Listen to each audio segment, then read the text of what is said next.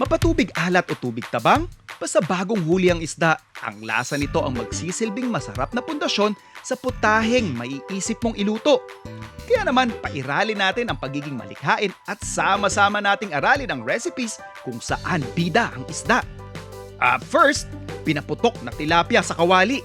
So I have here yung ating onions, tomatoes of course. Natin na natin yan. Konting ginger. And then we'll add in garlic. Mix lang natin to. Some sugar. And fish sauce. And of course, paminta.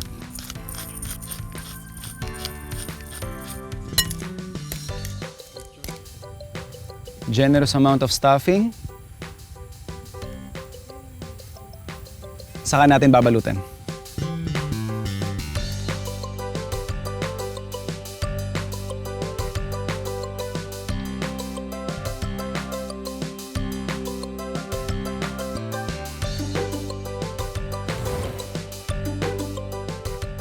To elevate the taste of milkfish, nasubukan nyo na ba itong palamanan ng labog?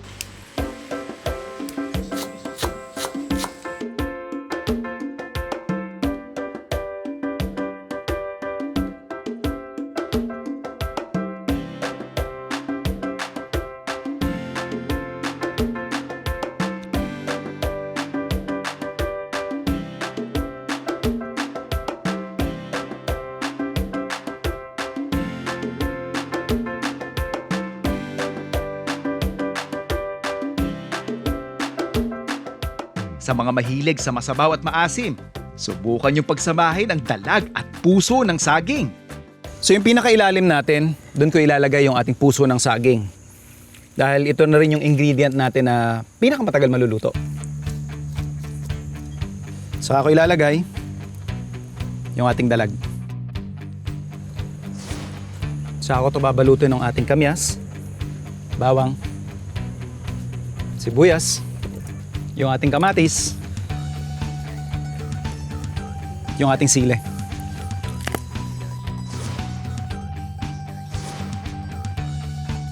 Saka natin lalagay yung hugas-bigas.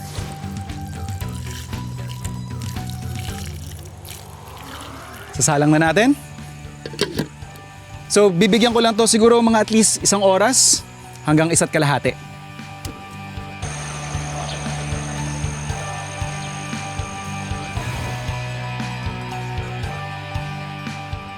Kamusta?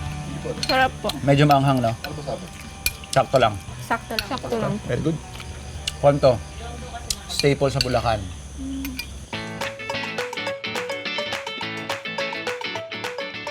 Samantala, kung akala nyo manok lang ang pwedeng itinola, papasa rin dito ang isda. So, yung ating lemongrass with our ginger.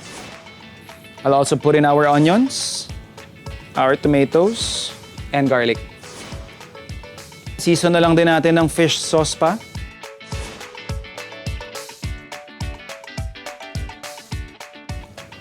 I'm just gonna add in yung ating oyster mushroom. Natin yung petchoy natin, malunggay, tsaka toge.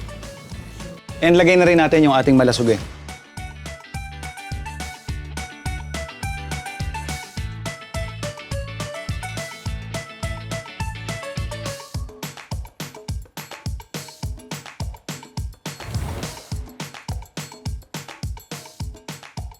At ang sinaing na tulingan. May isasarap pa kapag pinartner mo sa laing puree. Yung tulingan.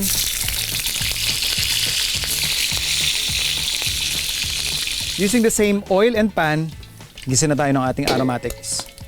So we have our ginger, lots of onions, and garlic.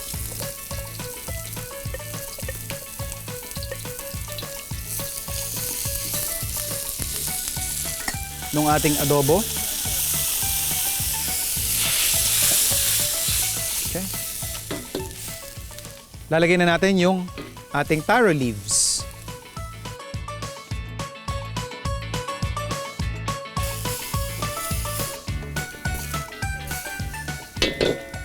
So, okay na yung consistency ng ating laing. Kagaya nga ng sabi ko, gusto ko siyang gawing parang sauce. So ayan na siya. Pwede na tayo mag-plate. For our other elements, so ito yung ating adobo na native. Gonna put it in the middle. In a way, parang gusto ko lang din siyang gawing platform para when we plate yung ating tulingan, poging-pogi na siya. Well, di ko imagine na ganito yung magiging lasa. Pero ang sarap.